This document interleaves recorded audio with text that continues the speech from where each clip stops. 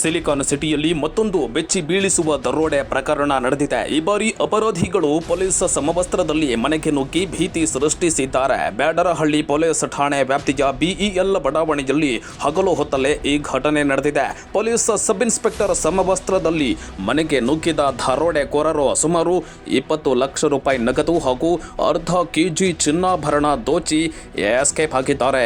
In my world of cinema, all I had was a dream and where I wanted to be and the will to work hard for it, real hard. And who can understand this better than Rohan Corporation?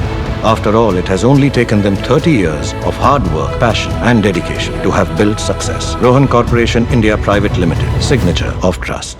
BEL ಬಡಾವಣೆಯ ನಿವಾಸಿ 53 ವರ್ಷ ವಯಸ್ಸಿನ ಹೊಂಬಾಳೆಗೌಡ ಅವರ ಮನೆಯಲ್ಲಿ ಅವರ ಪತ್ನಿ ಮಂಗಳಮ್ಮ ಮತ್ತು 2.5 ವರ್ಷದ ಮೊಮ್ಮಗು ಇದ್ದಾಗ ಈ ದುರ್ಘಟನೆ ನಡೆದಿದೆ.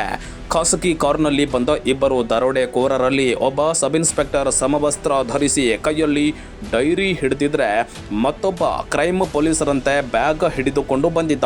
ಯಲಹಂಕ ಪೊಲೀಸರು ಅಂತ ಹೇಳಿಕೊಂಡು ಮನೆಯೊಳಗೆ ಪ್ರವೇಶಿಸಿದ ಇವರು ಕೂಡಲೇ ಗನ್ ಮತ್ತು ಚಾಕು ತೋರಿಸಿ ಹೊಂಬಾಳೆಗೌಡ ಅವರನ್ನ ಲಾಕ್ ಮಾಡಿದ್ದಾರೆ. ನಂತರ ಹೊಂಬಾಳೆಗೌಡ ಮತ್ತು ಮಂಗಳಮ್ಮ ಅವರ ಕೈಕಾಲುಗಳಿಗೆ ಟೇಪ್ ಸುತ್ತಿ ಬಂಧಿಸಿದ್ದಾರೆ.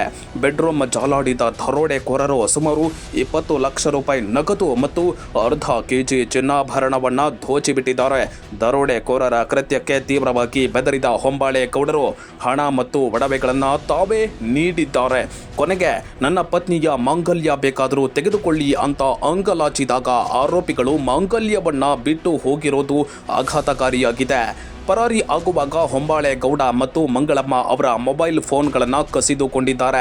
ತಮ್ಮ ಗುರುತು ಪತ್ತೆ ಆಗಬಾರದು ಅಂತ ಮನೆಯಲ್ಲಿ ಇದ್ದ ಸಿಸಿಟಿವಿ ಡಿವಿಆರ್ ಅನ್ನ ಕೂಡ ತೆಗೆದುಕೊಂಡು ಹೋಗಿದ್ದಾರೆ. ಈ ಸಂಬಂಧ ಬ್ಯಾಡರಹಳ್ಳಿ ಪೊಲೀಸ್ ಠಾಣೆಯಲ್ಲಿ ಪ್ರಕರಣ ದಾಖಲಾಗಿದೆ. ಡಿಸಿಪಿ ನಾಗೇಶ್ ಸೇರಿದಂತೆ ಹಿರಿಯ ಪೊಲೀಸ್ ಅಧಿಕಾರಿಗಳು ಘಟನಾ ಸ್ಥಳಕ್ಕೆ ಭೇಟಿ ನೀಡಿ ಪರಿಶೀಲನೆ ನಡೆಸಿದ್ದಾರೆ. ಪೊಲೀಸ್ ಸಮವಸ್ತ್ರವನ್ನ ದುರುಪಯೋಗ ಪಡಿಸಿಕೊಂಡು ನಡೆದ ಈ ಭೀಕರ ದರೋಡೆ ಸಿಲಿಕಾನ್ ಸಿಟಿ ಜನರಲ್ಲಿ ತೀವ್ರ ಆತಂಕ ಮೂಡಿಸಿದೆ.